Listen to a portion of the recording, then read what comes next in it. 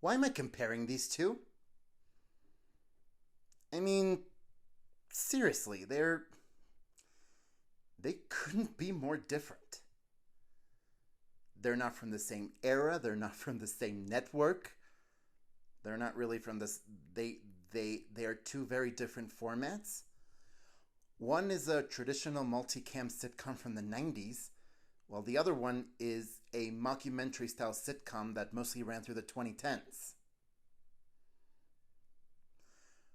Why would I be pitting Frasier and Modern Family against each other? Well, they do have a few things in common, but there is one particular thing they have in common which uh, made me think it might be fun to compare them. An admittedly very arbitrary thing, and that's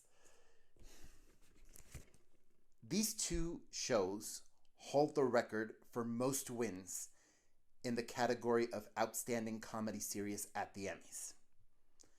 Both shows won that particular trophy 5 times each. And the funny thing is, they both won it for the first 5 seasons of their shows. Not only that, both shows ran for 11 seasons, and both shows only got nominated up to their 8th seasons for Outstanding Comedy Series. So they have some pretty weird things in common. But that's not the only thing they both have in common. So, um, so I want to talk a little bit about each show, and then maybe talk about what both shows have in common, and then maybe talk a little bit about what I think one show does better than the other, and maybe eventually come to a conclusion of which show I think holds up the best. First thing you should note is I love them both. I mean, I love both of these shows enough to have bought their first seasons on DVD. And there's some episodes of these shows that I've seen so many times that I know them by heart. I know every punchline. Uh, I think both shows have very strong casts. And both are shows that I sometimes just put on an episode if I want to kill a half hour. Maybe, and well, maybe as the audiences nowadays might gravitate a bit more toward Modern Family, but Frasier was pretty big in its day too. Let me talk about Frasier first. Uh, Frasier is a sitcom that premiered in 1993 and it ran until 2004. It's the story of a radio psychiatrist named Frasier Crane. This guy right in the middle, Frasier Crane. And when the show begins, he has just moved back to his hometown of Seattle after lived many years in Boston. He his marriage has just ended. He started he started a new job doing a radio show where he takes calls and helps people as a psychiatrist. And basically, the premise of the show is that his father, who got shot in the hip a few years back, an ex cop who got shot in the hip, can no longer live alone because he keeps falling down. So, of course, Frasier brings him into his life of solitude and basically starts to build a relationship with this father with whom he was always very distant. But it also means that he has to make a few sacrifices to his lifestyle, including letting in a chair, a very beat up, ugly recliner that doesn't fit with the rest of his uh, much fancier things in his apartment. Uh, he has to let a dog live with him. This dog, Moose, well, Eddie, he's called in the show. And he also has to let in a physical therapist who is a very eccentric Cockney English woman who thinks she's a bit psychic. So it's basically a show about a man who is forced to create a family. And the show also deals with his relationship and rivalry with his brother Niles, who is so much like him that it's scary. And we see him grappling with fame, finding love, This is Frasier was a sitcom that that ran on NBC around the same time that Seinfeld was in its later seasons, and Friends premiered a year after this. So it it was running alongside many of these shows, and it was very popular from the beginning. One of the reasons it was so popular actually is because Fraser Crane himself did not originate on this show. In fact, he was a character who was introduced into a show named Cheers, which ran in the '80s. Another show that ran 11 seasons, and he was a character who was introduced as a love interest for the main will they or won't they pairing that was putting a dent in that relationship. And the character apparently was so beloved, and Kelsey Grammer's performance so well loved that he was kept around for the rest of the show.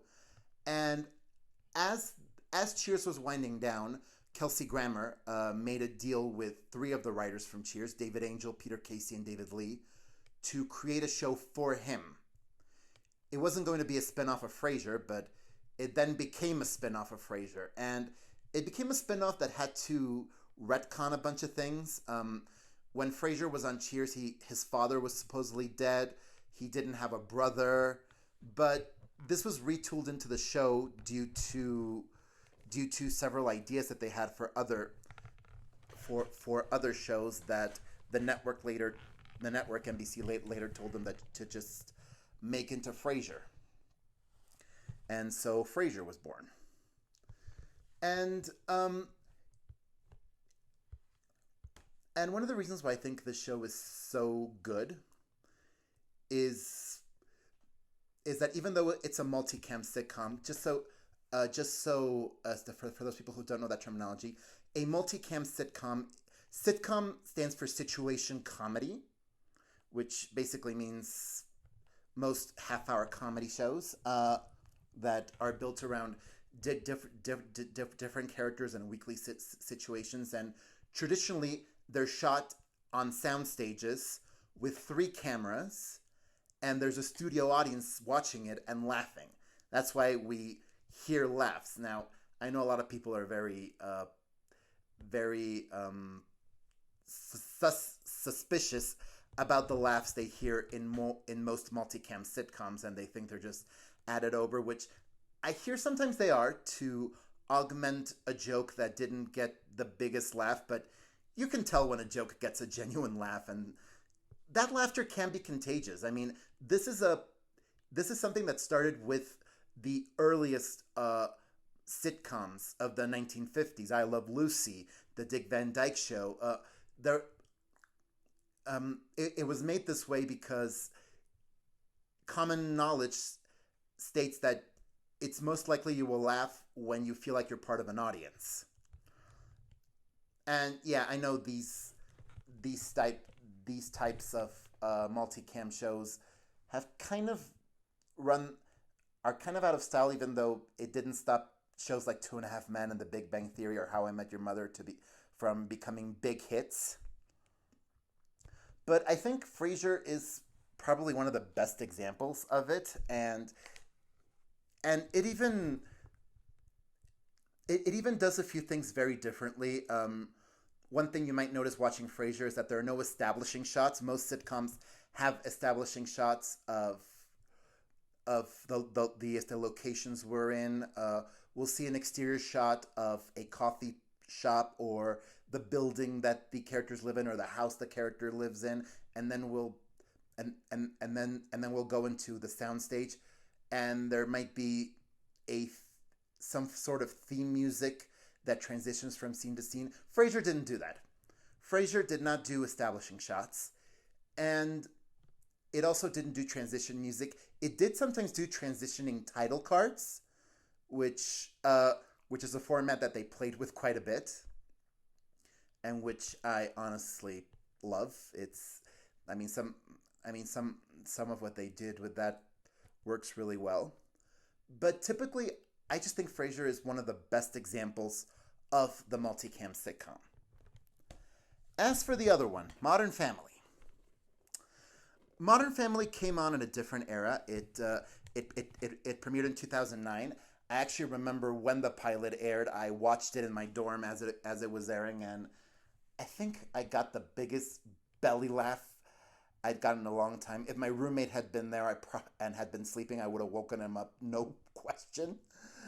And if he was, and if I did, I'm sorry. And Modern Family basically revolves around three families, three very different families, whom at the end of the pilot we find out they're all interrelated. We have the Dunphys, mom, dad, three kids, which is a pretty traditional nuclear family. Only in this case, we have it's a typical 2010 sitcom dad who's a bit of a doof, and the mom who is a bit more in control, though they make her a little bit more goofy as the show goes on. I like that even she maintains her control freak statuses. Then we have Jay Pritchett and his wife, his second wife Gloria, who is much younger than him, and his stepson Manny. And of course, this is a multicultural family, but also a family where you have an older man with a younger woman. And then you have Mitch and Cam, who just adopted a baby from Vietnam. They are the gay couple, nowadays is a lot more typical to see in most shows.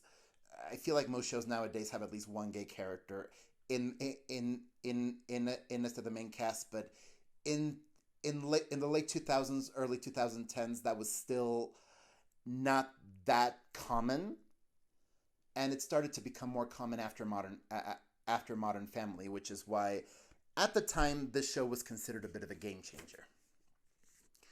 And basically, this show employs the mockumentary single camera style, which basically means that we are watching these families interact. We are watching them in their day-to-day lives, and suddenly they'll cut to a talking head with a character talking to a camera, which is something they had previously done in The Office, that they were doing in Parks and Recreation, and even nowadays they're doing it in What We Do in the Shadows and the new ABC show Abbott Elementary. Only one thing Modern Family did that a lot of the shows didn't do is not acknowledge the film crew. All of the other shows acknowledge that there's a film crew watching them, and they sometimes interact with them, and they sometimes move very aware that there's somebody filming them. While with Modern Family, I feel like with Modern Family, it's just a style. It's just a style that they decided to employ. And, I mean, the show is shot in the style of a multicam, but it doesn't necessarily mean that there's a camera crew filming them. Which, to me, just feels like the most 21st century thing in the world to live your life as if somebody is watching you, which is why I think the conceit works really well. And Modern Family is also a really funny show. It's a show that had some very consistent seasons, and it did lose steam towards the end, but I'll get a little bit more into that. So, Frasier and Modern Family, the two shows that have won the most Emmys for Outstanding Comedy Series. What and I think they both they both can give us an idea of what people in the industry like watching, what people in the industry respond to. I think the fact that both of these shows are, I don't want to say family shows, because family shows implies that it's for family viewing, and well, I think families can watch these two shows fine. There are certain subject matters that maybe certain parents wouldn't want their kids to know about. But there are shows about families. There are shows that talk about what it is to be in a family. That's one thing I think a lot of people can respond to, especially especially if you're a parent or everybody who is somebody's child, and we're all somebody's child. We all have parents. We've all had grandparents. So we and most I think most of us have siblings. So those relationships, those very complicated relationships, and even even bringing people into our lives that then become our families, sometimes because we choose them, or sometimes because somebody else chose to have them around, is something I think we can all connect to. And both shows have characters in situations that they didn't ask to be in, but they're making the most out of them. I mean, starting with Frasier Crane, for example, he didn't he was hoping to rebuild his life in Seattle, first as a bachelor, eventually find a woman, get married. He didn't expect to be taking care of his father for 11 years and to have a daffy home healthcare worker living with him. But it's a situation that he then made the most out of. And either way, Daphne later became his family because one of the running storylines in the show is that his brother Niles has a huge crush on her, which later turns into a bit of a will they won't they. This discussion will probably make more sense if you've watched both shows, but I'm going to try to be I'm going to try to be as explicative as possible of both shows as I can, and I will recommend episodes that I think you should watch from both shows. And Modern Family, well, most of the well, on Modern Family, it talks a lot about families we choose to make and how we can make different kinds of families, but also what you do with relatives you don't choose. One thing I wasn't mentioning, the way these families are interconnected. Jay, the patriarch here, is the father of Mitchell and Claire. Yeah, he is the father of Mitchell and Claire. Oh, here's Mitchell, here's Claire. Um, and now they have a new stepmother who is closer to their age in Gloria. So that's something they has to now have to make amends with a situation where they have a family member that they didn't expect to have. Although we later meet their mother, and she's kind of Gloria is an upgrade, as we later figure out. And throughout the 11 seasons of the show, we see how this family grows, how the family changes, and also how they grapple with the changing times. Especially Jay, who is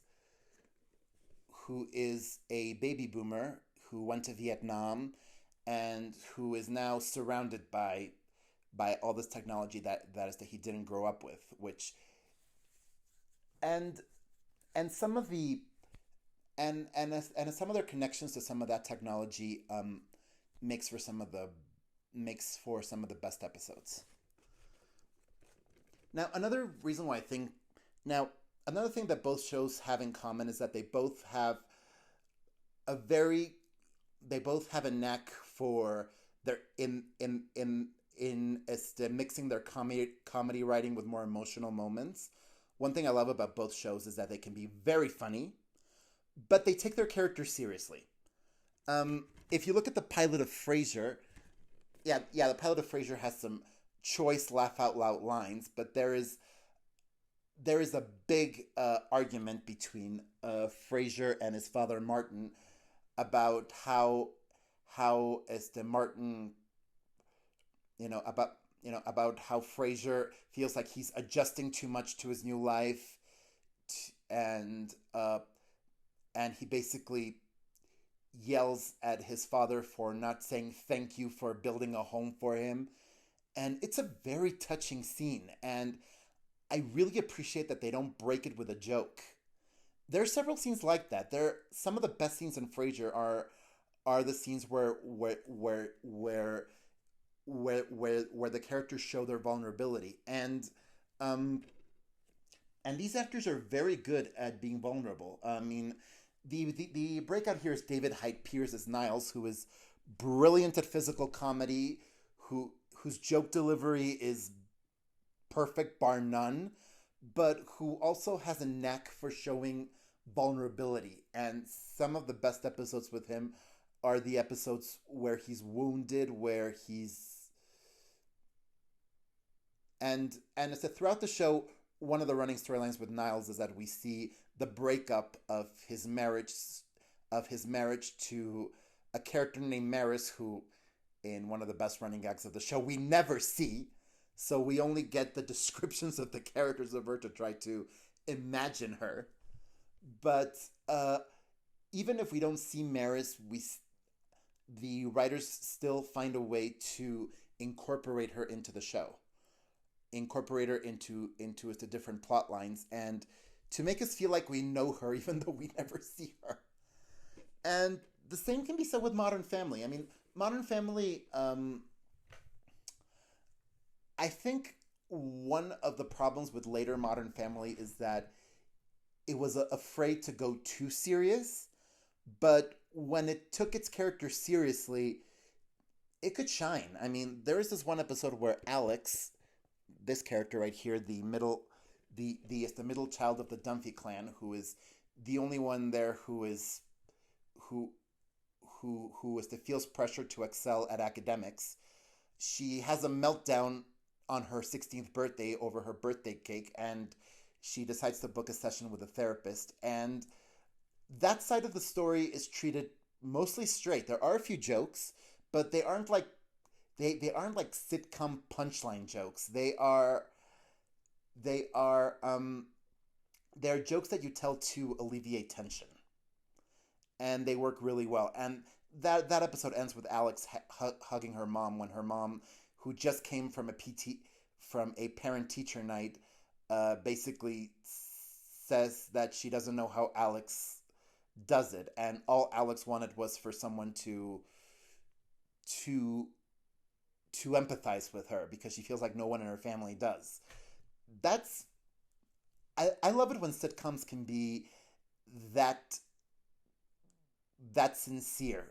I mean, can treat very serious subjects that sincerely, can treat emotions that sincerely, and not only be laugh machines. But of course, when they're funny, they're really funny. And one thing that Frasier perfected was the farcical episode. They started making farcical episodes in season 2 when Joe Keenan joined the writing staff. With episodes like The Matchmaker, The Innkeepers, those are a few examples. The Ski Lodge, The Two Mrs. Cranes, where the first half of the episode, they would set up a situation. For example, in The Matchmaker, it's an episode where Daphne complains about her love life, and Frasier looks for a man that she can present to Daphne, and he meets his new station manager, whom he immediately thinks he's the perfect man for Daphne, and he invites him over to dinner to meet Daphne, but he doesn't tell her that if he's going to meet Daphne, he just invites him over for dinner. But then we find out that station manager is gay, and that he thinks Frasier just asked him out on a date. So basically, we just watch the station manager going into Frasier's home, interacting with these characters who Frasier thinks he's setting him up with Daphne, and Daphne, Daphne looks at him and is salivating over him. But the station manager, named Tom Duran, takes everything he hears as Frasier coming on to him, and it's really funny. It's a very funny episode, and I think it's one of the earliest examples I ever saw of a sitcom using a gay character who doesn't feel like a stereotype, and where the gay character is not the punchline. And that's one thing I loved about Frasier when Frasier did it right, was how the butt of the joke was always Frasier. And anytime he had it coming, because Frasier could be a bit of a pompous blowhard, overly sophisticated, and he is a guy with a lot of very good intentions, but who sometimes meddles a little too much, or thinks he's always right, or is very persnickety and has very high standards that he holds everyone around him to. And there are some episodes where it's just a lot of fun to see him get his comeuppance. And those are the episodes that are played the most for laughs. The episodes that use more of the farcical elements, which Frasier perfected. And some of the best episodes of Modern Family are also farcical. There was a Thanksgiving episode where where uh,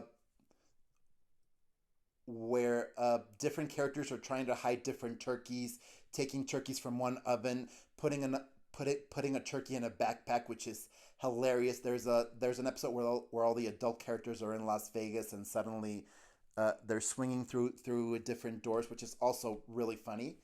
And one thing I haven't mentioned yet is that Modern Family has some Frasier DNA because the two creators of Modern Family, Steve Levitan and Christopher Lloyd, sidebar. When I say Christopher Lloyd, I don't mean the actor who plays Doc Brown in Back to the Future. There is another Christopher Lloyd who is a sitcom writer who has been working in sitcoms, producing sitcoms for many years. I think he started on Frasier, but anyway, the two creators of Modern Family, Steve Levitan and Christopher Lloyd, they both wrote on Frasier, and Christopher Lloyd was even a showrunner on Frasier for many years. By showrunner, I mean usually even though shows have many writers, many directors, many producers, there is a showrunner or two showrunners who make sure everything is running smoothly. You can kind of say Kevin Feige is the showrunner of the Marvel Cinematic Universe, just to give you like an idea. But yeah, Christopher Lloyd, during a few seasons of Frasier, even though he didn't create the show, he and Joe Keenan both served as showrunners for quite a few seasons. And on Modern Family, I think Steve Levitan and Christopher Lloyd both worked as showrunners for the entire run of the show. So that's a little bit from both shows. That's a little bit of as to what I think they have in common, even though they work through different formats. Now, which one do I think is better? Now, here's the thing about comparing pieces of media. Because usually different pieces of media, like different movies, different sitcoms, they're usually doing different things. I usually like to assess them compared to what they're trying to achieve or what I perceive they're trying to achieve. So are these shows successful on their own merits? Yes, they both are. Not every episode is, of course, but both shows had some pretty consistent seasons. Both shows had amazing characters. I mean, you have Frasier, Niles, Daphne on Frasier. Phil Dunphy is one of my favorite characters on Modern Family. I do love Mitch and Cam mostly, and there are episodes I can watch over and over again.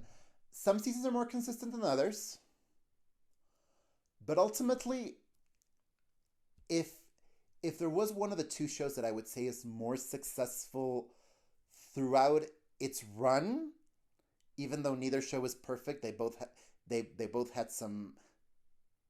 They both had plenty of dud episodes, which, I mean, both shows had over 250 episodes. I mean, it's practically impossible to have a perfect batting average with that many episodes. But I would say Frasier is more consistent. But I think the reason Frasier is more consistent is because it has a few advantages over Modern Family that come from its conception and also come from when it was airing. Let's start with one thing in the conception that I think favors Frasier over Modern Family. Look at these two posters. Look at how many people are on each one.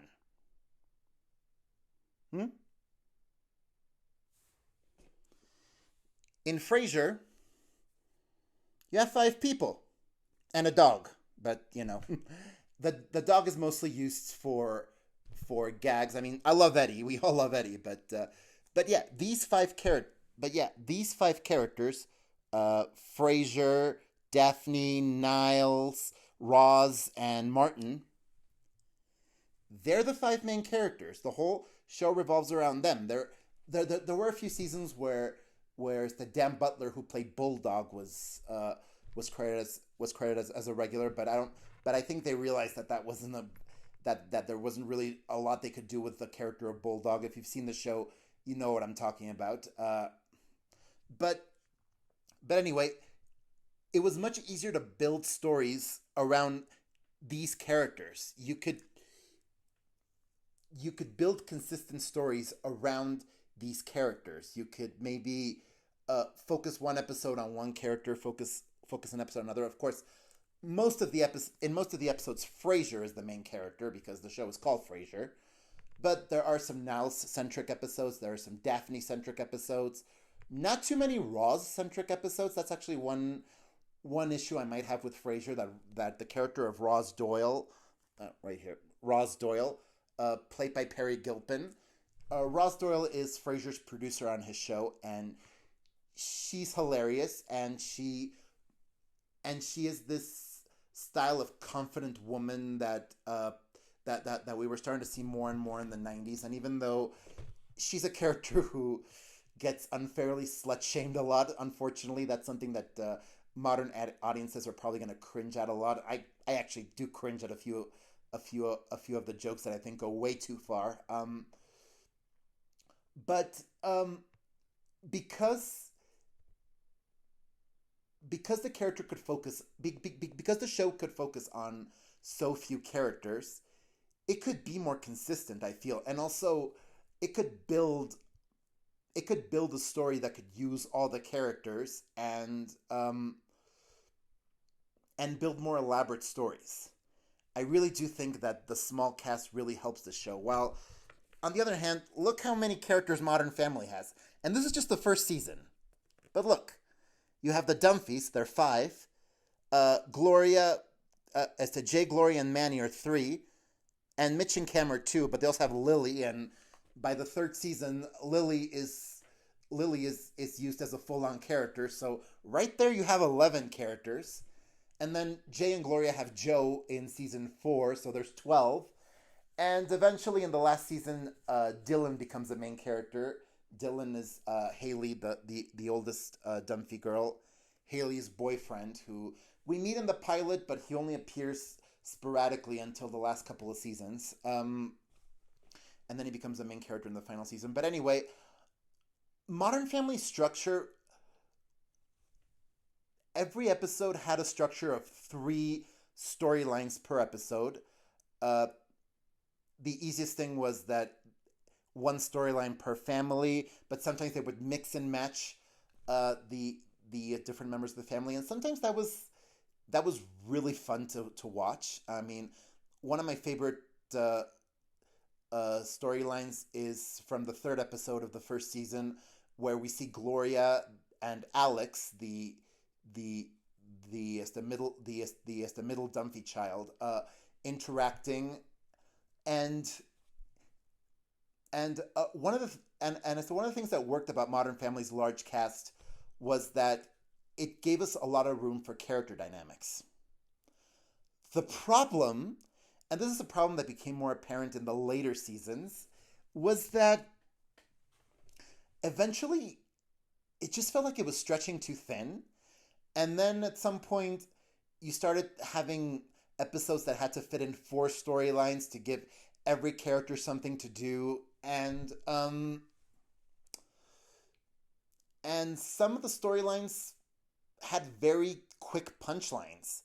And because the storylines were interspersed, sometimes you would get introduced to a storyline and then have to go through scenes from about 2 or 3 different storylines before you got to the punchline, and the flow just didn't quite work.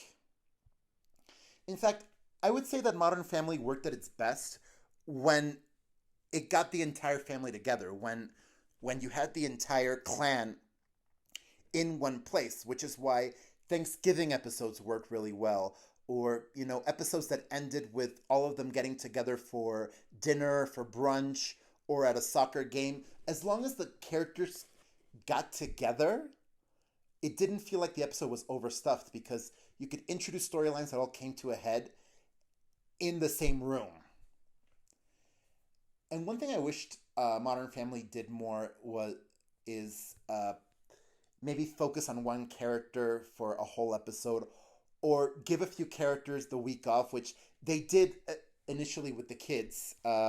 You know, in the early seasons, you would get an episode where Alex didn't appear, or Luke didn't appear, or Manny didn't appear, because they would be giving those actors the week off, or a few a few weeks off. And I sometimes do wish they would have done that with other characters so we could get to learn more about the other characters. And another another difficulty that Modern Family had is that if you look at the whole cast, half of them are kids, which I actually like uh, when they create kid characters for sitcoms. They can be very funny.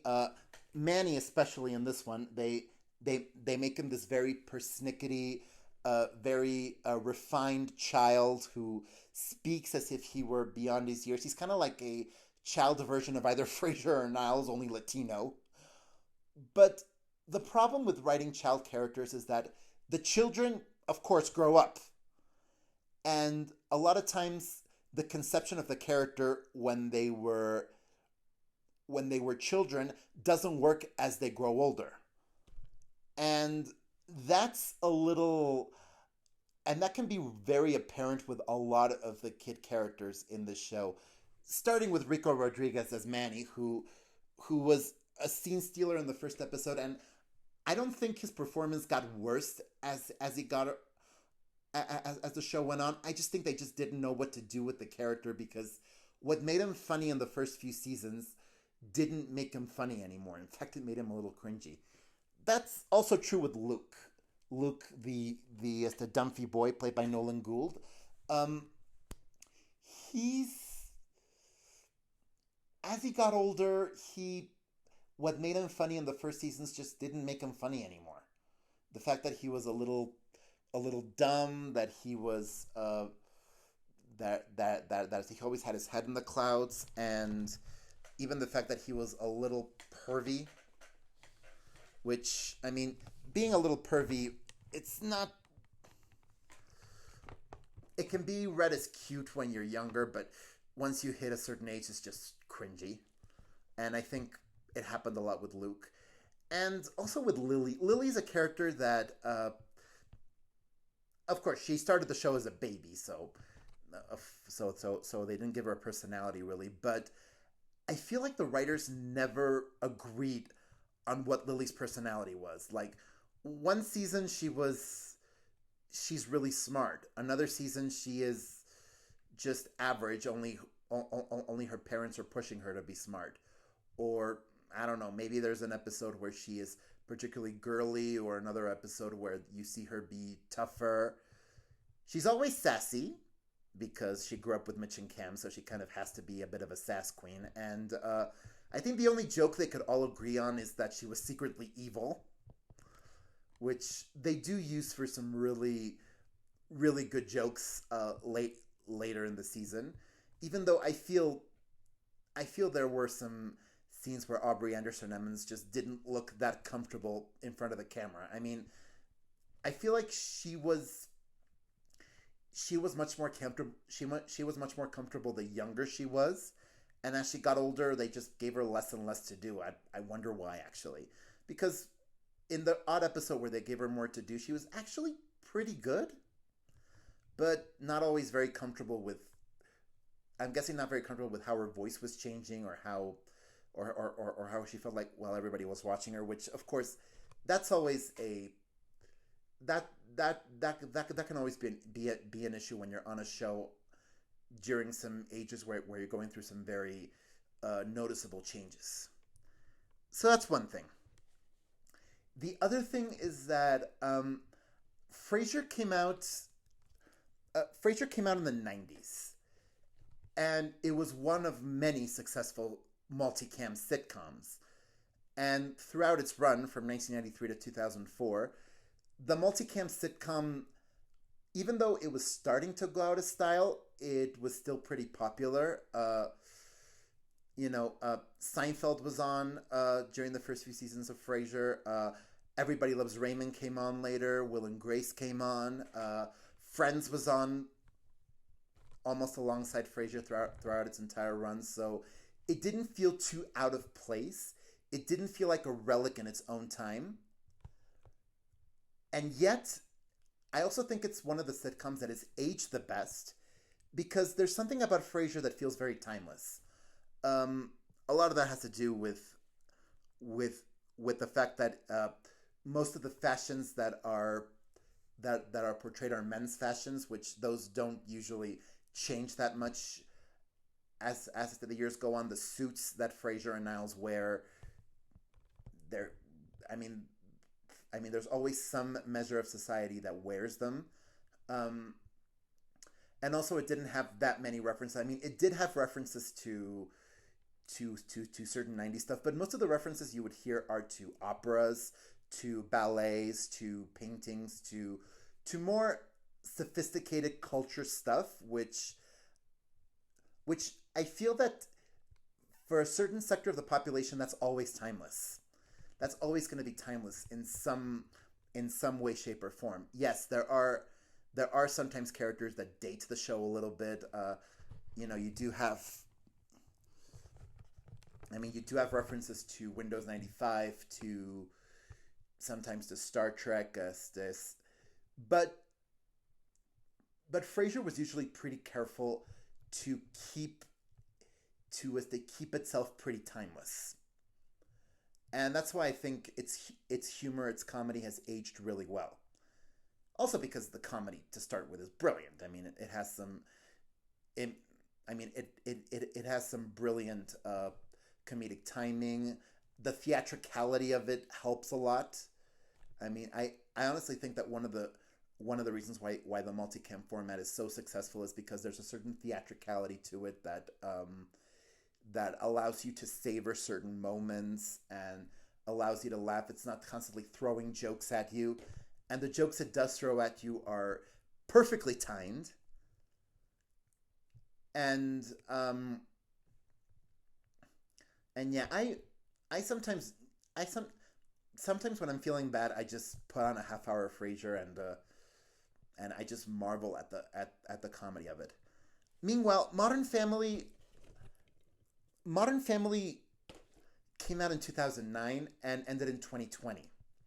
And during that time, I really do feel that TV was going through a bit too much of a transformation for it to keep up. And one thing that I think worked against it was that Modern Family was always pitching itself as a groundbreaker, as something that was ahead of its time, as something that was redefining what modern meant. Though really it was building a tradition. It's a traditional sitcom, though in a less traditional format, the mockumentary format.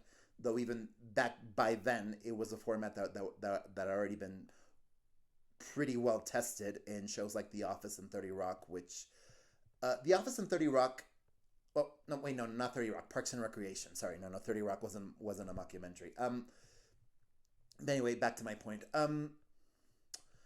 But a lot of the sensibility of Modern Family felt like the sensibility of mostly 90s sitcoms. And specifically 90s family sitcoms, 90s, 2000s. And so by a certain point in its run, it was starting to feel like a relic when much edgier comedies were arriving in different cable networks and later streaming networks. I mean, Netflix started doing original programming in 2013. So by 2020, there were a lot of different shows that were pushing the envelope of what you could do with a comedy. Shows like Girls, Atlanta, Louie, Veep, shows that were breaking the mold. And so Modern Family, which was being cited among many of these shows, was already starting to feel like a bit of a relic. And it was even starting to feel like a relic compared to some other family shows that were airing on ABC along with it. Blackish, for example, the Goldbergs, uh, which were shows that were exploring different aspects. Another thing with Modern Family is that it's a show about rich white people in the end. I mean, yeah, we have your Latino characters, but mainly these are characters who live in fancy houses, who who don't seem like they're worrying about mortgages, who don't seem like they're worrying about overspending and taking very expensive trips, which might be another reason why Emmy voters might gravitate toward them. It's another thing with Frasier. Frasier is also about super rich people. I mean, Frasier and Niles are people who can afford to belong to some very exclusive clubs, who buy antiques, who, I mean, decorating Frasier's apartment, a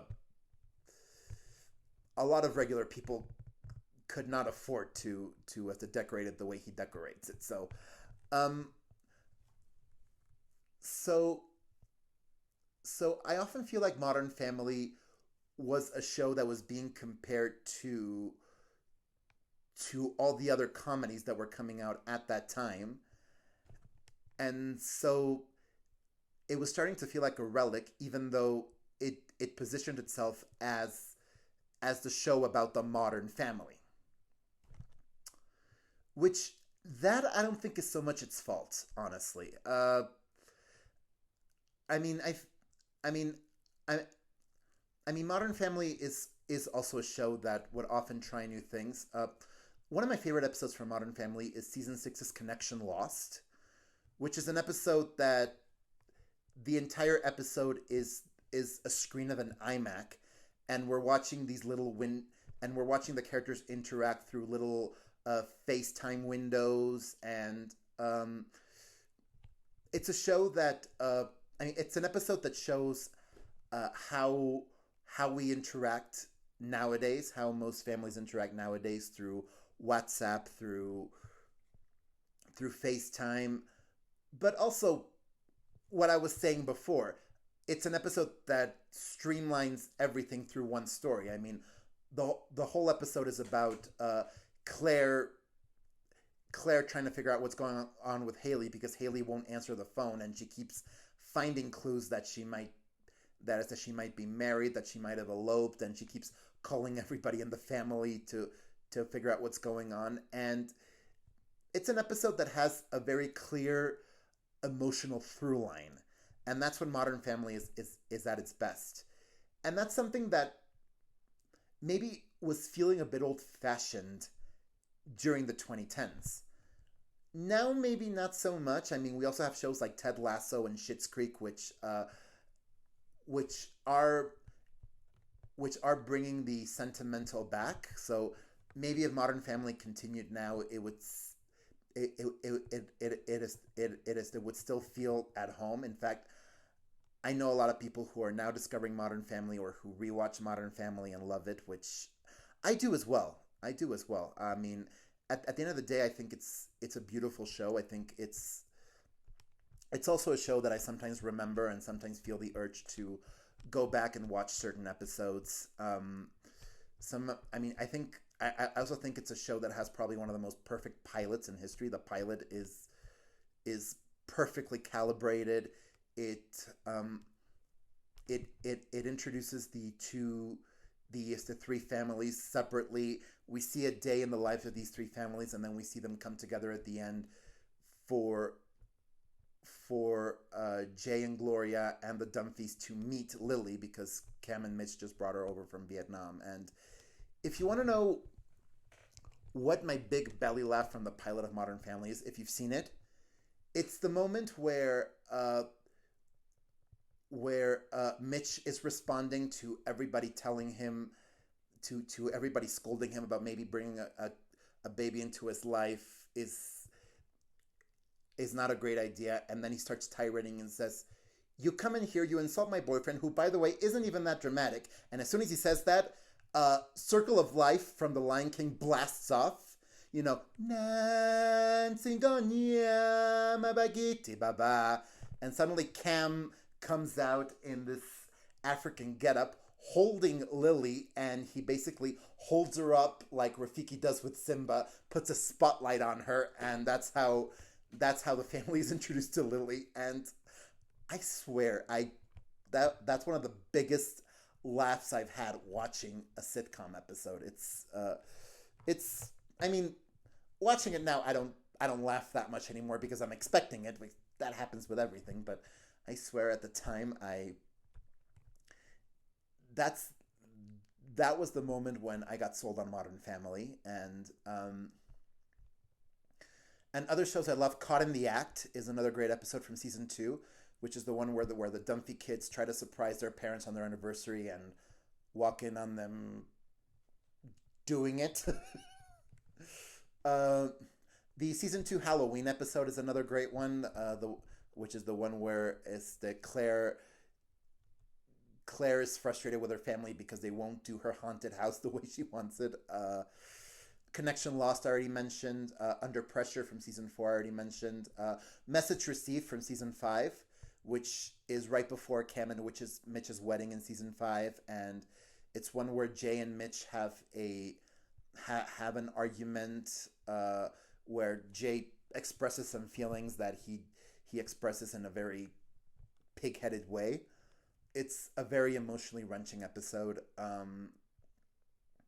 There's another episode that I feel more episodes should have been like this, that later in the season, I don't remember which season, but it's an episode where we see the 4 stories going on in 5 minutes.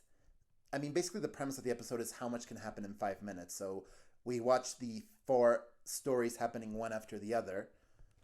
And it's one of those episodes where we realize, well, we're really only getting 5 minutes of every story every week on Modern Family now. So, and going back to Frasier, some of the best episodes were, I already mentioned The Matchmaker. The Innkeepers is a late season 2 episode where Frasier and Niles buy one of their favorite restaurants that's about to close, and of course during their opening night, there's the waiters and their bartender get hurt. Their chef quits. A bunch of their cooks walk out because they realize that the head of the Immigration Bureau is out there. So Frasier, Niles, Martin, Daphne, and Roz have to scramble together to try and salvage the night, and hilarity ensues, of course. The season 4 premiere, The Two Mrs. Cranes, is an episode where an old boyfriend of Daphne's comes over from England, so she pretends that Niles is her husband to try and push him away, but then the different members of the family come in and start making complications. You should watch that episode. It's the first one of season 4, The Two Mrs. Cranes. It's really funny.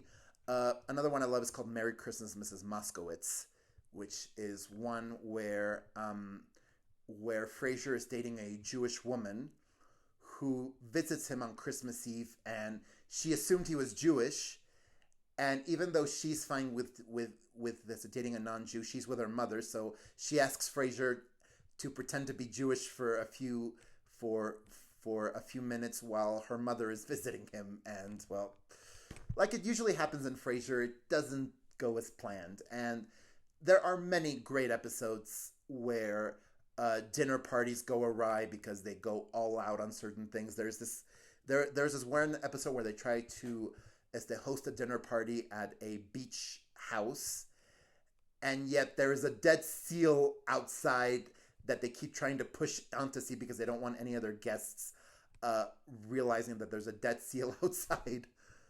It's really funny. It's really funny. Or season 3's Look Before You Leap, which is an episode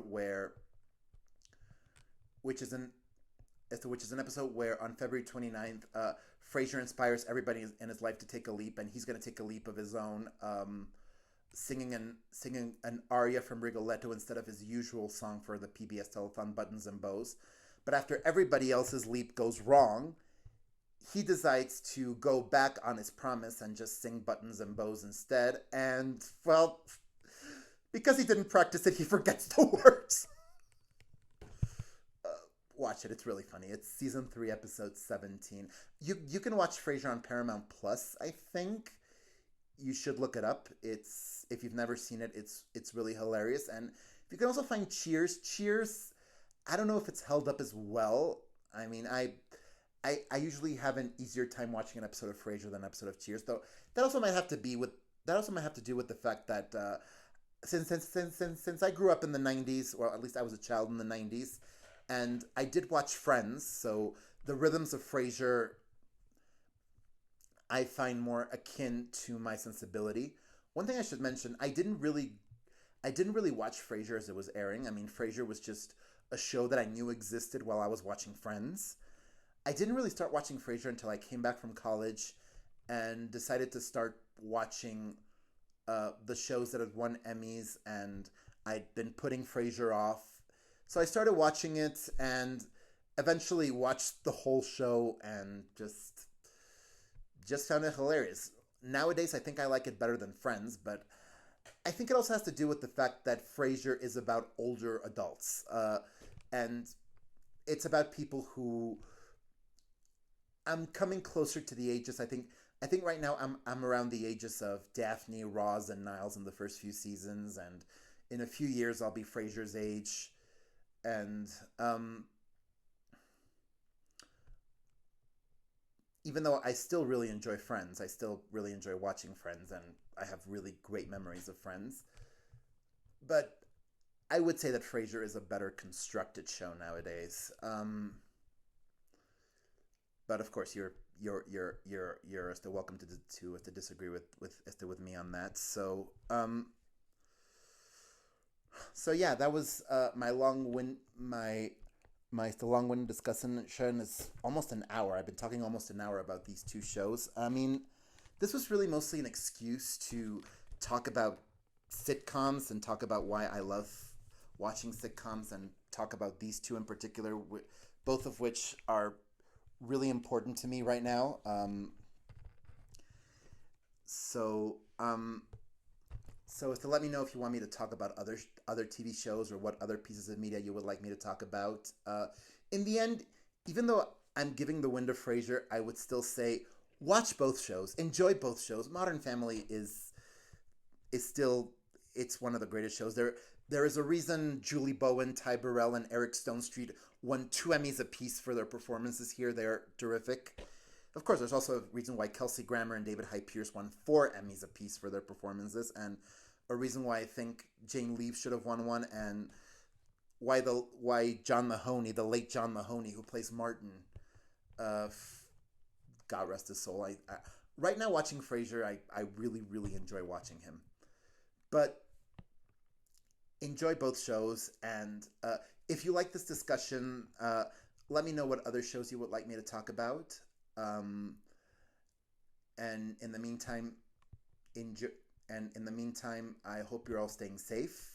Remember, this pandemic is not over yet. So yes, we're all everything seems to be going back to normal, but we still need to be careful. So in those moments when you can relax, sit down, fire up your favorite streaming service, and enjoy your favorite shows. Like I said, you can watch Frasier on Paramount Plus, and Modern Family in Mexico, it's on Star Plus. I'm not sure where you can see it in the U.S. I think Hulu. I'd have to check. Somebody correct me if I'm wrong. But in Mexico, I know you can watch it on Star Plus, which is the streaming service where a lot of content that belongs to Disney, but they don't want to put on Disney Plus is now. So happy movie watching or happy TV watching, cinephilos. Thank you for listening for as long as you listened.